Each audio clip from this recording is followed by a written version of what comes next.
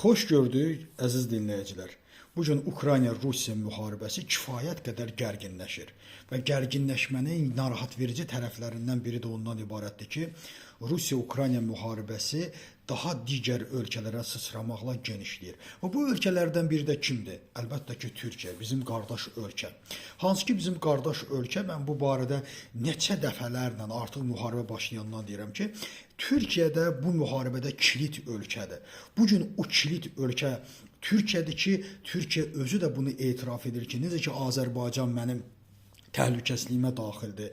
Ukrayna da mənim təhlükəsizliyimə daxildir. Əgər Ukraynada baş verən hadisələr Türkiyənin təhlükəsizliyini diktə edirsə, ona təhlükə yaradırsa, demək ki, bu müharibənin dayandırılması məsələsi yox, məhz Ukrayna tərəfdə daha ciddi rol almağı özündə ehtiva edir.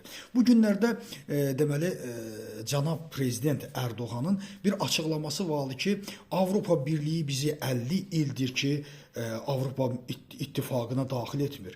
Cənab Erdoğan necə daxil etsin? Türkiyədə kiçik, primitiv insan hüquq məsələsi yerində deyil.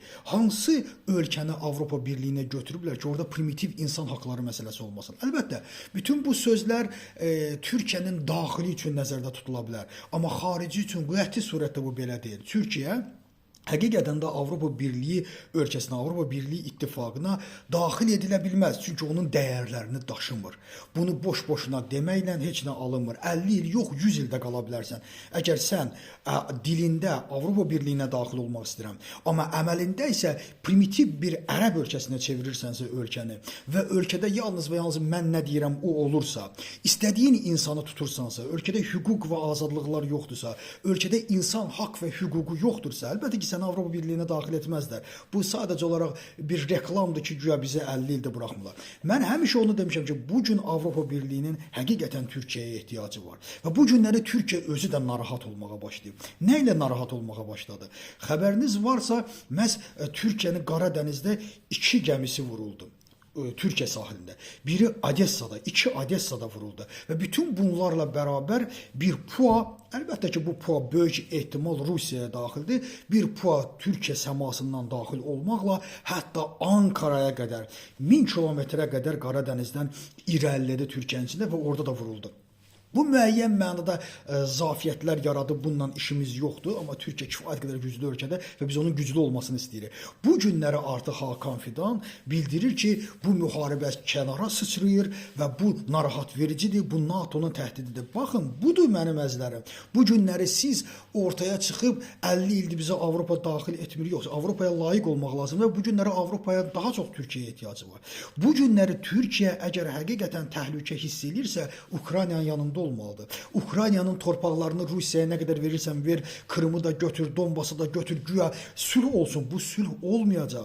Bu ateşkəs olmayacaq. Bunun təhlükələri Azərbaycana sıçrayacaq, Türkiyəyə sıçrayacaq. Bu gün Rusiya sizi dişinə vurub və Avropaya daxil olacaq. Avropa, düzdür, Avropada bu reklamlar aparılır ki, bizə təhlükə var. Bu Avropa xalqını əslində qalsa hazırlamaqdır. Avropa xalqı demokratik xalqlardır, onları hazırlamaq lazım ki, biz Ukraynaya kömək etməliyik. Bugün Türkiyə də buna daxildir. Nəhayət, Türkiyə təhlükəni tam surətdə özündə hiss edir və bu təhlükədən qaçmağı Ukraynanı, Rusiyanı İstanbula dəvət edib, orada mənasız Ukraynanın torpaqlarını verməklə bir sülh imzalamaq olmaz. Bu, yenidən müharibəyə gətirib çıxardı. Ona görə də bugün Avropa güclü olmaq istəyirsə, Türkiyə güclü olmaq istəyirsə, Türkiyə özünü Qara dənizdə və bu bölgədə güclü görmək istəyirsə, mütləq Rusiyanın beli qırılmalıdır. Rusiyanın belinin qırılması üçün də nəhayət Türkiyədə əlini daşın altına qoyub Ukraynaya yardım etmək, Ukraynanı Trumpın məngənəsindən qurtarmaq, Putinin məngənəsindən qurtarmaq, Ukraynanı Avropa ilə birlikdə artıq razılaşıb və Ukraynanı bundan xilas etmək və Rusiyanı əzmək lazımdır. Və onu da deyim ki, Alman maşını artıq işə düşüb. Avropa güclənir. Avropa zaten 5 ildən sonra elə bir güclü bir vəziyyətə gəlib çatacaq ki, inanın bu günlərin NATO'nun ən güclü ölkəsi Ukraynadır, Türkiyədirsə, Türkiyəni də ötəcəklər. Alman maşını və Avropa maşını həmişə güclü olub. Unutmaq lazım deyil ki, Napolyon Bonapartdan başlayaraq, 1-ci Dünya müharibəsindən başlayaraq, 2-ci Dünya müharibəsində də hər kəs Rusiyanı paramparça edib. Rusiyanı 2-ci Dünya müharibəsində yalnız və yalnız Churchill və Amerika alıb Almaniyanın əlindən. Bu gün o Alman maşını yenidən işə düşdükdən sonra Almaniya, Avropaya müttəfiq olanlar udacaqlar. Onun qarşısında olanlar əlbəttə ki, udacaqlar. Təşəkkür edirəm diqqətinizə görə.